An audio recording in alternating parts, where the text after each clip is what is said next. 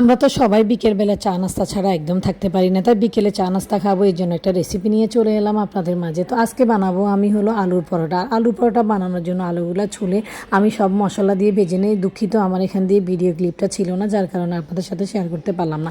আর আগে আমি আটার ডোটা করে রেখে দিয়েছি। আটার ডোটা রেখে দিলে করে এটা নরম এবং তুলতুলে হবে, ফুলকো ফুলকো হবে। তাই পরোটার আটা, সিঙের আটা আগে করে ঢাকনা দিয়ে রেখে দিতে হবে।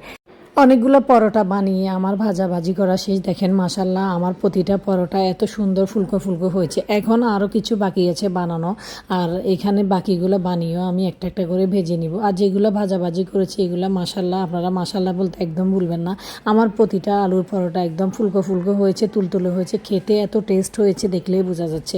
তো এখন আমি বাকি পরোটাগুলোকে ভেজে নিব একটা একটা করে। আর ভাজতে আমার অনেক ভয় লাগে, গায়ে তেল এসে পড়বে, এই ভয়ে আমি দুইটা দিয়ে খুন্তি উল্টিয়ে পাল্টিয়ে নিচ্ছি, কারণ তেল গায়ে এসে পড়লে কলিজা ধরে যায়। এই তো বাকি আরও কয়েকটা আছে, সেগুলো বানানো শেষ করব।